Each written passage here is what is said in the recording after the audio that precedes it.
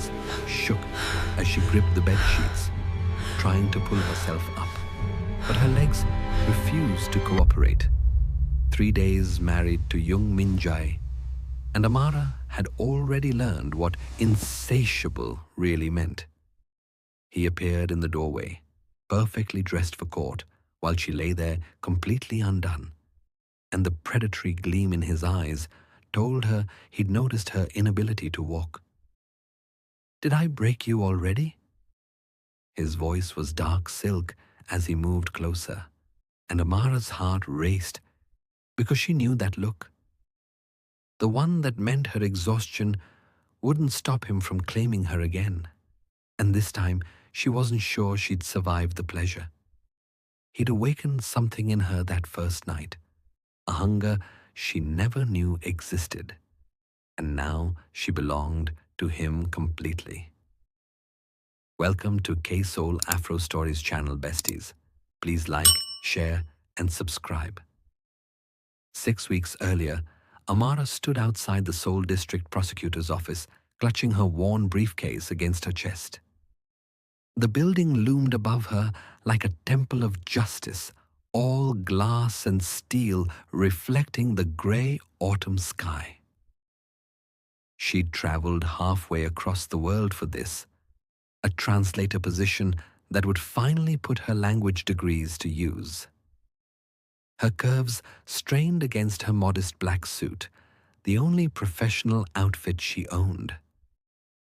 She took a breath and walked through the revolving doors, unaware that her entire life was about to shatter and rebuild itself around one dangerous man.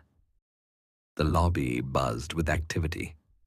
Lawyers in expensive suits hurried past, their assistants trailing behind with stacks of files. Amara approached the reception desk, her heels clicking on marble floors. "I'm here for the translator interview," she said in careful Korean, her accent marking her as foreign despite her fluency. The receptionist barely glanced up. "15th floor. You're late." Amara's heart sank. The subway had been delayed, but excuses wouldn't save her now. She rushed to the elevator, jabbing the button repeatedly. The doors began to close just as a deep voice called out, "Hold it." A hand shot between the closing doors, forcing them open. Amara stumbled back as a man entered the elevator, and the air itself seemed to shift. He was tall and lean, with sharp features that looked carved from stone. His black hair was styled back from his face, and his dark eyes held an intensity that made her breath catch. He wore a perfectly tailored charcoal suit, and there was something almost predatory in the way he moved. When those eyes landed on her, Amara felt pinned in place like a butterfly under glass. Time stopped. Something impossible sparked between them. The man's gaze traveled over her slowly, taking in every curve, every detail. His jaw tightened almost imperceptibly. "Which floor?" His voice was deep, controlled, but underneath it ran something darker. 15, Amara managed, hating how breathless she sounded. He pressed the button, though it was already lit. They stood in silence as the elevator climbed, but Amara was hyper-aware of his presence beside her. He smelled like cedar and something expensive. She could feel his eyes on her, burning through her professional composure. When she dared a glance at him, he was staring at her with an expression she couldn't read. The elevator dinged. 15th floor. Amara practically ran out, her heart hammering. She didn't look back, but she could feel him watching her until the doors closed. Her hands were shaking as she checked in with the administrative assistant. "You're very late," the woman said coldly. "Prosecutor Jung doesn't tolerate tardiness." Amara's stomach dropped. "I'm so sorry. The subway." "He's ready for you now. Conference room B." The assistant pointed down a hallway. Amara walked on unsteady legs, smoothing her skirt, trying to calm her racing pulse. She had no idea her life had just collided with fate. She knocked on the conference room door. Enter. That voice, deep, commanding, familiar. Amara pushed open the door and froze. The man from the elevator sat behind a massive desk, his hands steepled in front of him. Jung Min-jae, Seoul's youngest chief prosecutor, known for his ruthless efficiency and his perfect conviction rate. She'd read about him during her research. The press called him the Ice Prince, the Executioner, the man who'd brought down 3 of the city's most powerful crime families. And now he was staring at her with those same dark, intense eyes that had stripped her bare in the elevator. You're late. His tone was ice wrapped in silk. Amara forced herself to move forward, to sit in the chair across from him. I apologize. It won't happen again. No, it won't. He opened a folder, his eyes scanning her resume. The silence stretched, suffocating. Amara tried not to fidget under his scrutiny. Finally, he looked up. Your credentials are impressive. 4 languages, dual degrees, experience in legal translation. Why Seoul? The question felt like a trap. Amara chose her words carefully.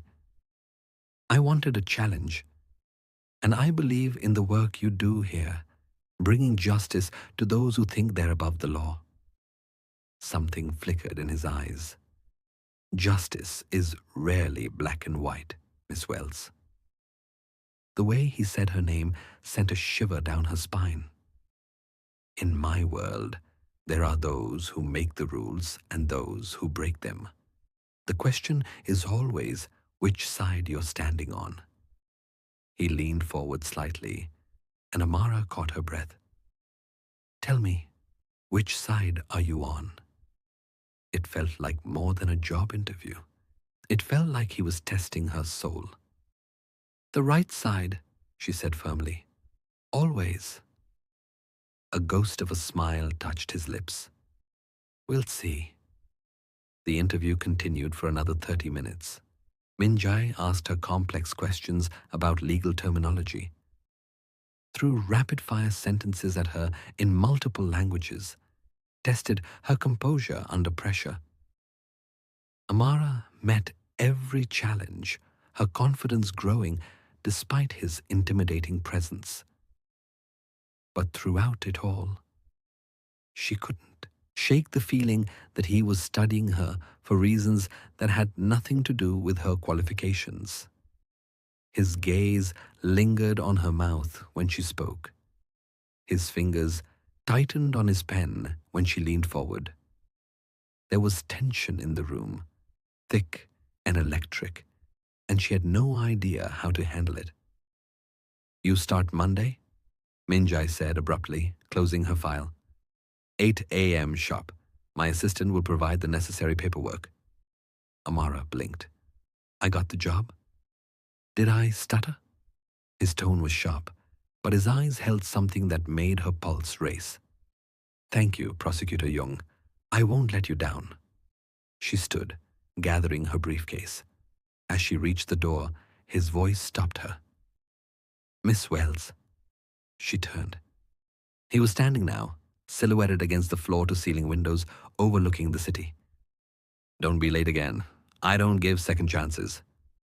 The warning felt personal, intimate. Yes, sir. She fled. Later that evening, Amara sat in her tiny studio apartment, still processing what had happened. She'd gotten the job. She should be celebrating. But all she could think about was Jung Min-jae's eyes on her, the way her body had responded to his proximity, the dangerous pull she'd felt in that elevator. She shook her head. He was her boss. This was professional. Whatever that spark had been, she would ignore it. She had to. Her phone buzzed with a text from her best friend back home, asking how the interview went. Amara typed out a response, leaving out the part about the man who'd made her forget how to breathe. The weekend passed in a blur of preparation. Amara bought new clothes she couldn't afford, studied Korean legal terminology until her eyes burned, and tried not to think about Monday. But Sunday night, lying in bed, she couldn't stop her mind from wandering. Jung Min-jae. Even his name felt dangerous on her tongue. She'd looked him up online, found article after article about his cases, his reputation, his mysterious personal life. No scandals, no relationships, nothing but work. The press speculated he was married to his career. Some called him cold, calculating, inhuman. But Amara remembered the heat in his eyes when he'd looked at her. Monday morning arrived with rain hammering against her windows. Amara dressed carefully in a navy blue suit that hugged her curves, pulled her natural curls into a professional bun, and left her apartment an hour early. She would not be late. Not again. The prosecutor's office felt different as she walked through it now, less intimidating and more like a battlefield she was about to enter. The receptionist checked her in with slightly more respect, and the administrative assistant led her through a maze of hallways to a small office near Min-jae's suite. "This is yours. Prosecutor Jung expects you in his office in 5 minutes." Amara barely had time to set down her bag before she was knocking on Min-jae's door again. "Enter."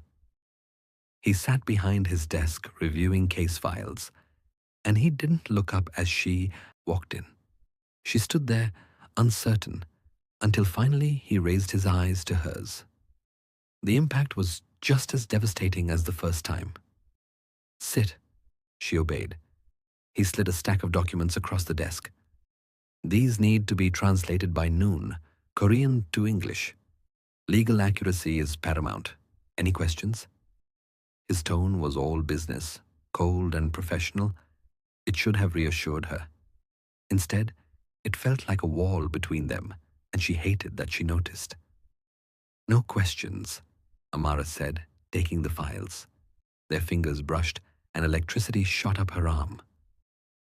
Min-jae's eyes flashed, but his expression remained neutral. "Good. There's a case briefing at 2. You'll attend and translate for our foreign legal consultant." Dismissed. Amara returned to her office, her hands trembling as she opened the first file. She tried to focus on the words, but her skin still tingled where he'd touched her. This was going to be harder than she'd thought.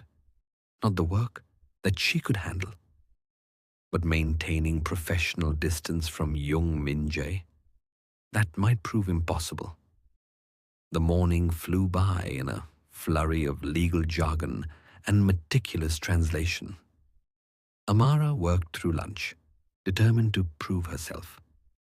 At 2 p.m., she gathered her materials and headed to the conference room. Several prosecutors were already assembled, along with a British legal consultant. Min-jae sat at the head of the table, commanding the room without saying a word. His eyes found Amara immediately, tracking her as she took a seat near him. The meeting began, and she translated smoothly, her voice steady despite her awareness of his constant attention. Every time she spoke, his gaze was on her mouth. When she leaned forward to take notes, she saw his jaw clench. The briefing lasted 2 hours. By the end, Amara was exhausted from the concentration required and the tension of Min-jae's presence. As everyone filed out, his voice cut through the movement.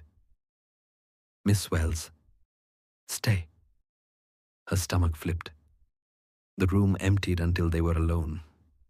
Min-jae stood, walking around the table until he was standing in front of her, too close. "Your translation work was excellent." His voice was quiet, almost gentle. Thank you. She met his eyes, refusing to back down from whatever this was. But you're tense, nervous. He tilted his head, studying her. Why? The question felt loaded. I want to do well, Amara said carefully. Is that all? Min-jae moved closer, and Amara's breath caught. She could feel the heat radiating from him, could smell that cedar scent that was already becoming dangerously familiar. Miss Wells. His voice dropped lower, intimate. I make you uncomfortable. It wasn't a question. Amara's pulse thundered. She should lie, should maintain professional distance. But something about his directness demanded honesty. Yes. His eyes darkened. Good. The single word sent heat coursing through her body.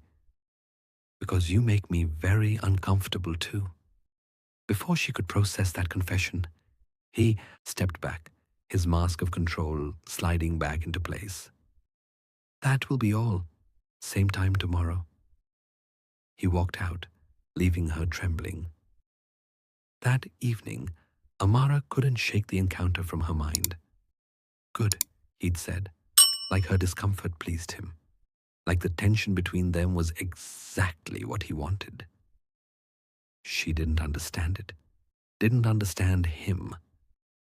But she couldn't deny the pull she felt, the way her body came alive when he was near.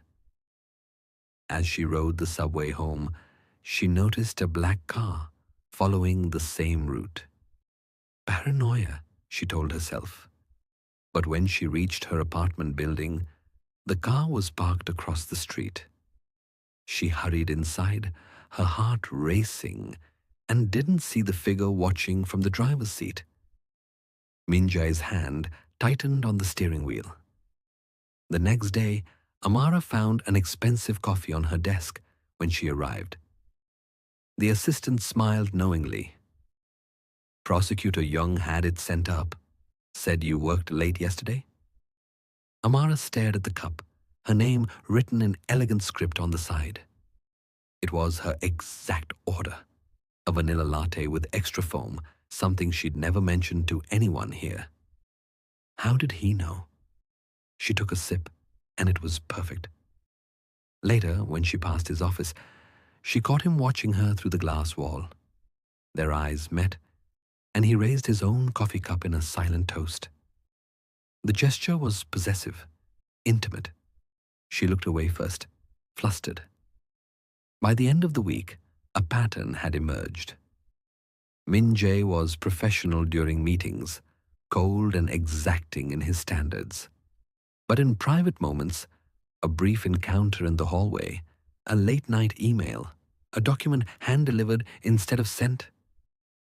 There was something else. Something heated and intense that made Amara's skin flush and her resolve weaken. She told herself to maintain boundaries, but Min-jae seemed determined to blur every line.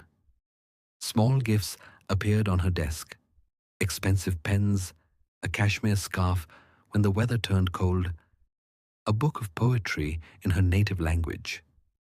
Nothing overtly romantic, but each item chosen with care that spoke volumes. The following Monday, everything changed. Amara was working late, alone in her office, when she heard raised voices from Min-jae's suite. She knew she shouldn't eavesdrop, but his tone was so sharp, so full of barely controlled rage, that she moved closer to listen. I don't care what your boss says. Min-jae's voice was deadly calm. Tell the Kim family that if they threaten my office again, I will personally ensure they spend the rest of their lives in prison. All of them. A pause. No, this conversation is over. Get out.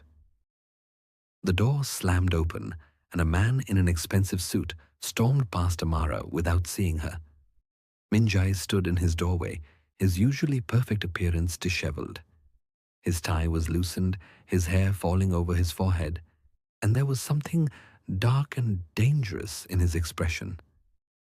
Then he saw her, How much did you hear? His voice was cold. Amara straightened. Enough to know you're dealing with the Kim crime family. The ones you've been prosecuting for money laundering. She'd worked on translating some of those case files. His eyes narrowed. This doesn't concern you. If they're threatening your office, it concerns everyone who works here. She stepped forward, surprising herself with her boldness. Are we in danger? Something shifted in his expression. He crossed the distance between them in 3 strides. You are not in danger. Min-jae's voice was fierce, possessive. I would burn this city to the ground before I let anyone touch you. The intensity of his words stole her breath. Why? Amara whispered. You barely know me. His hand came up, stopping just short of touching her face. I knew the moment I saw you in that elevator, he said quietly. I knew you were going to ruin me. The confession hung between them, raw and vulnerable. Amara's heart pounded. Prosecutor Jung. Min-jae. His eyes burned into hers. Say my name. She shouldn't. Every professional instinct screamed to step back, to maintain distance, but the way he was looking at her made her brave.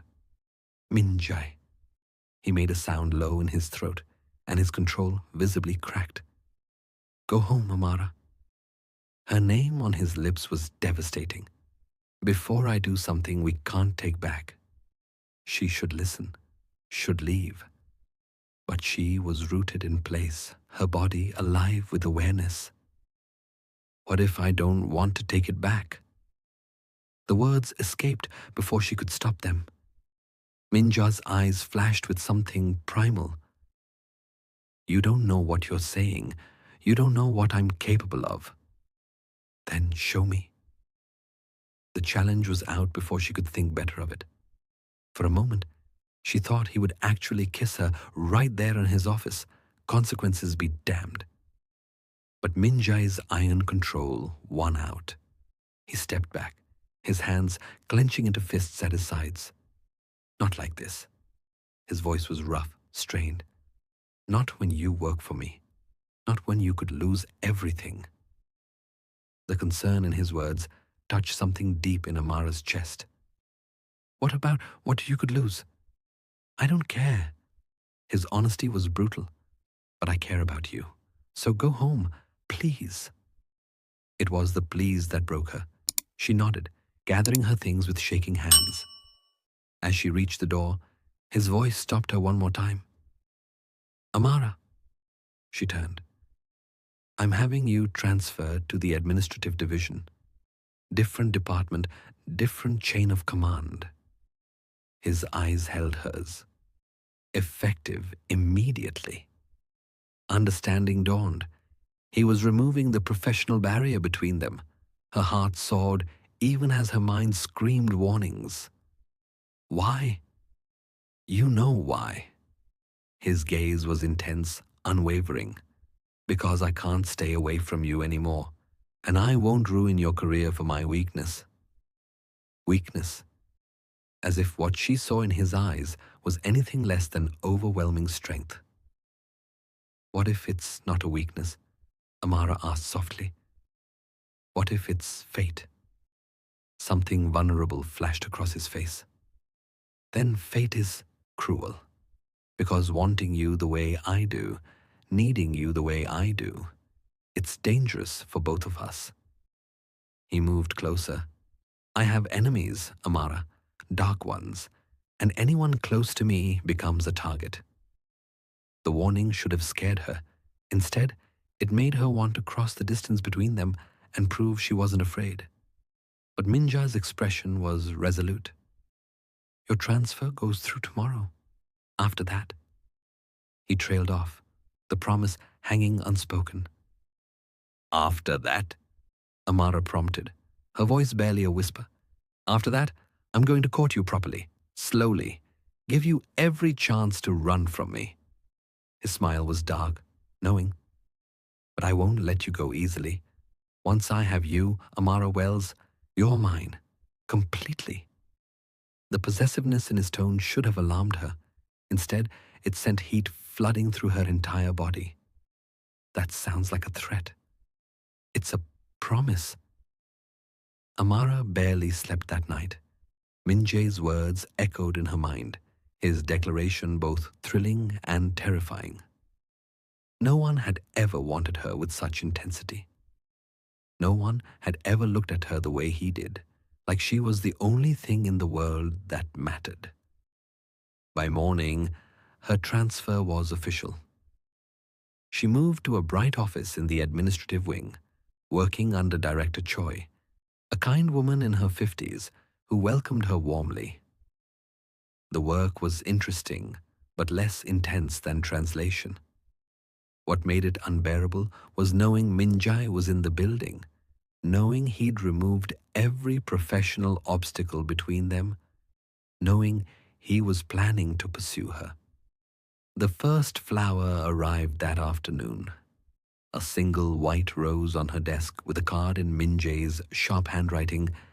Patience is torture, but you're worth waiting for. M. Amara held the card to her chest, her heart racing. Over the following days, more flowers appeared, tulips, peonies, orchids, each more beautiful than the last. Her co-workers began to whisper, speculating about her secret admirer. Only Director Choi seemed to know, and she smiled knowingly whenever Amara tried to hide her blush. Whoever he is, the director said one afternoon, he has excellent taste in flowers and in women. Amara didn't confirm or deny anything, but her heart sang. A week after her transfer, Amara was leaving the building late when she found Min-jae waiting by her bus stop. He leaned against a sleek black car, hands in his pockets, looking like every dangerous fantasy she'd ever had. Your apartment is across town, he said without preamble. It's not safe for you to take the bus this late. Amara's breath caught. Have you been following me? Protecting you, he corrected. There's a difference. He straightened, moving closer. The Kim family hasn't forgotten about my prosecution. I've received intelligence that they're looking for leverage against me. Anyone close to me could be a target. Fear flickered through her. Then maybe you shouldn't be here. Probably not. Min-jae's smile was dark. But I told you, I can't stay away from you. So instead, I'm going to make sure you're safe. Which means you're not taking the bus anymore. He opened the car door. Get in. I'll drive you home. Amara hesitated. Getting in his car felt like crossing a line, like admitting this was real. Min-jae, please. The single word, spoken softly, broke down her resistance. She got in. The car was luxury incarnate, all leather and wood paneling. Min-jae slid into the driver's seat, and suddenly the space felt intimate, enclosed. He didn't start the engine immediately. Instead, he turned to face her fully. I need to know if you want this. If you want me. The question hung heavy between them. Amara could feel her future balancing on this moment. If she said no, he would respect it. She knew that with certainty. He would drive her home, and that would be the end. But if she said yes, I barely know you, she said honestly. I've known you less than 2 weeks. This is crazy. Yes, Min-jae agreed. It is, but that doesn't change what I feel. He reached across the console, his fingers barely brushing her cheek. I think about you constantly, every hour, every minute. You've invaded every part of my mind, and I can't make it stop. I don't want to. His thumb traced her jaw. So tell me to leave you alone. Tell me you don't feel this too. Amara closed her eyes, leaning into his touch despite herself. I can't, she whispered. I feel it too. pull, this, she struggled for words, this impossibility. When she opened her eyes, Min-jae's expression was triumphant, possessive. Then, let me in. Let me show you who I am, what we could be together. He pulled back, starting the engine. I'll take you home, but tomorrow night, have dinner with me. A real date. Give me a chance to court you properly. Amara's heart soared. Okay. Okay. He glanced at her, a rare, genuine smile softening his features. Just like that. Just like that. She smiled back, feeling reckless and alive. The drive to her apartment was filled with comfortable silence. But when they arrived, Min-jae walked her to her door, his hand on the small of her back burning through her coat. At her door, he turned to face her. Lock everything. Don't open for anyone you don't know. And if anything feels wrong, call me immediately. He pressed a card into her hand with his personal number. Day or night, I'll come. The protectiveness in his voice made her feel cherished. You're being paranoid. I'm being careful. His expression darkened. My enemies are real, Amara. Promise me you'll be cautious. She squeezed his hand. I promise. He stared at their joined hands like he never wanted to let go. The next evening, Amara spent hours getting ready for her date.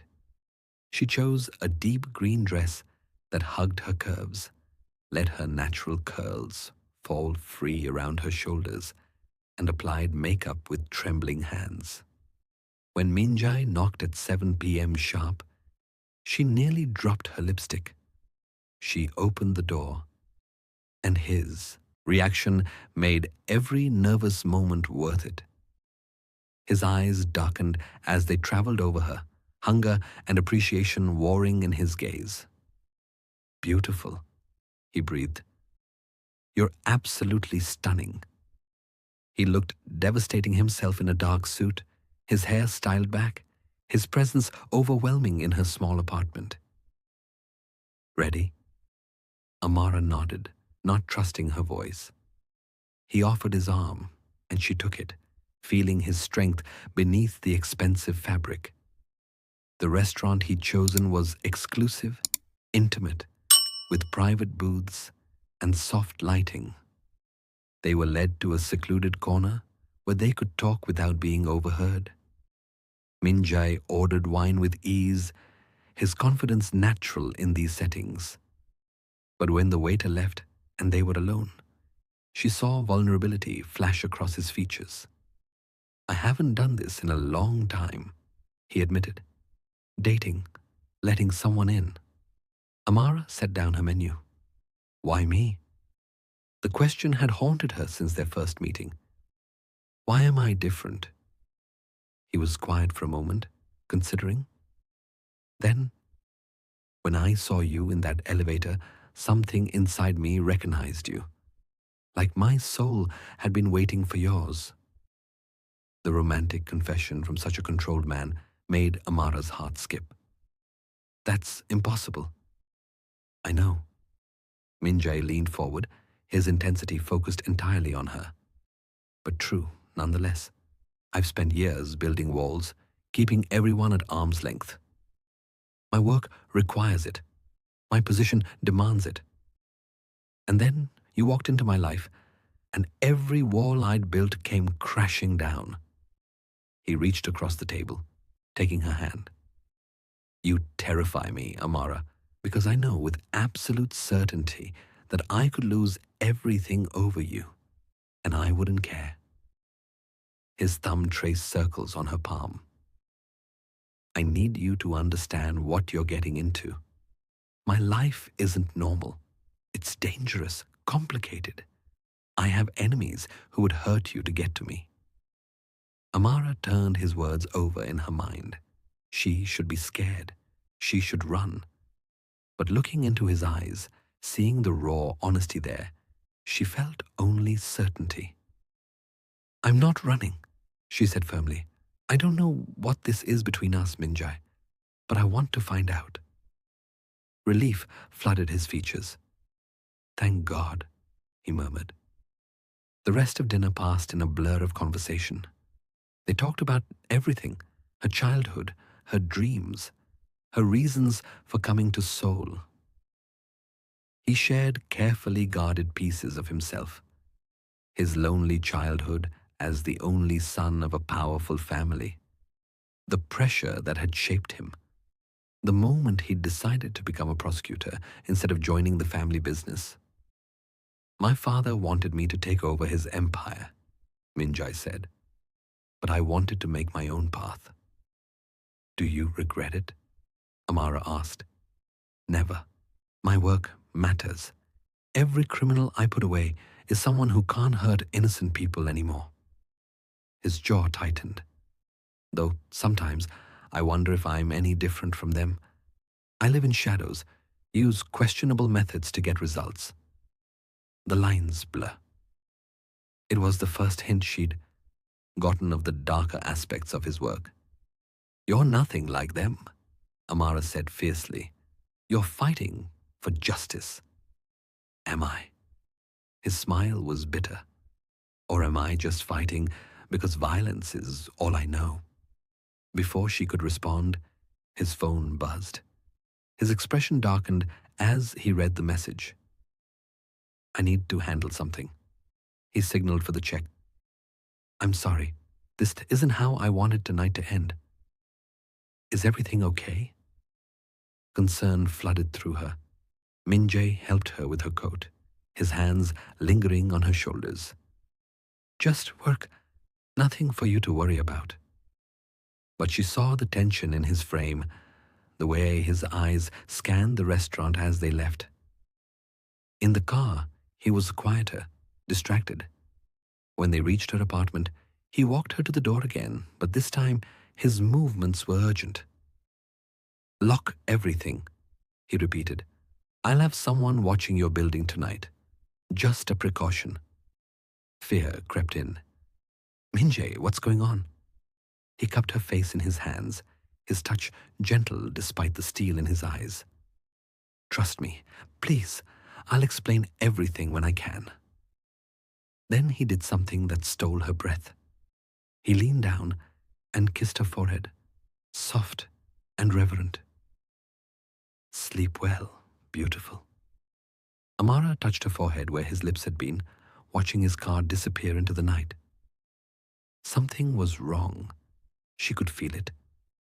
Inside her apartment, she followed his instructions, locking every window and door. But sleep wouldn't come. She kept thinking about the tension in his shoulders, the darkness in his eyes. Her phone buzzed around midnight. A text from Min-jae. "I'm sorry. Had to handle an emergency. Dream of me." Despite her worry, she smiled. She texted back, "Already do. Be safe." His response came immediately. "Always. For you." She fell asleep holding her phone, unaware of the black SUV parked across from her building, unaware of the men inside watching her windows, unaware that Min-jae's enemies had already found his weakness. The following morning, Amara woke to frantic pounding on her door. She stumbled out of bed, still in her pajamas, and checked the peephole. A woman in a police uniform stood outside. "Miss Wells, I'm Officer Park. Prosecutor Jung sent me to escort you to the office. There's been a security situation." Ice flooded Amara's veins. "What kind of situation?" "I'll explain in the car. Please get dressed quickly." Amara rushed through her morning routine, her hands shaking as she pulled on clothes. In the car, Officer Park's expression was grim. "The Kim family escalated their threats last night. They know about you." The words sent terror through her. "How?" "They have people everywhere. Prosecutor Jung wants you in protective custody until the situation is resolved." When they arrived at the prosecutor's office, Min-jae was waiting in the lobby. He looked like he hadn't slept. His tie loosened, shadows under his eyes. But the moment he saw Amara, relief transformed his features. He crossed to her in long strides, his hands framing her face. "You're okay." It wasn't a question, but she answered anyway. "I'm fine. Min-jae, what's happening?" He glanced at Officer Park, who discreetly stepped away. Then he pulled Amara into a conference room, closing the door. "The Kim family sent a message last night. They know you're important to me." His jaw clenched. "They threatened to hurt you unless I drop the prosecution." Fury and fear warred in his eyes. "I'm not dropping it, but I can't. I won't let them touch you." Amara's heart pounded. "What does that mean?" "It means you're in danger because of me." Min-jae's voice was rough with guilt. "It means I'm moving you to a safe house until this is over. It means—" "No." The word came out stronger than she felt. "I'm not hiding." "Amara, you said you wanted to court me properly. You said I terrified you because you could lose everything over me." She stepped closer, placing her hands on his chest. "Well, you terrify me too. But I'm not running. I'm not letting these people dictate my life." His hands covered hers. "You don't understand. These aren't empty threats. The Kim family is ruthless. They've killed people for less." "Then protect me while I live my life." Min-jae stared at her, conflict warring in his features. Finally, he pulled her into his arms, holding her so tightly she could barely breathe. "You're either the bravest or most foolish woman I've ever met," he murmured against her hair. "Maybe both," Amara said, her face pressed against his chest. She could hear his heart racing as fast as hers. "But I meant what I said. I'm not running from this, from us." He pulled back just enough to look at her, and what she saw in his eyes stole her breath. Possession, devotion, fear, and something deeper. Something that looked dangerously like love. "Then you stay close to me. Always. I'll assign you a security detail. You don't go anywhere alone." His thumb brushed her cheek. "And if anything happens, anything at all, you call me." "Deal," Amara agreed. Min-jae's relief was palpable. He pressed his forehead to hers, his eyes closed. "I should push you away, keep you safe by staying away from you.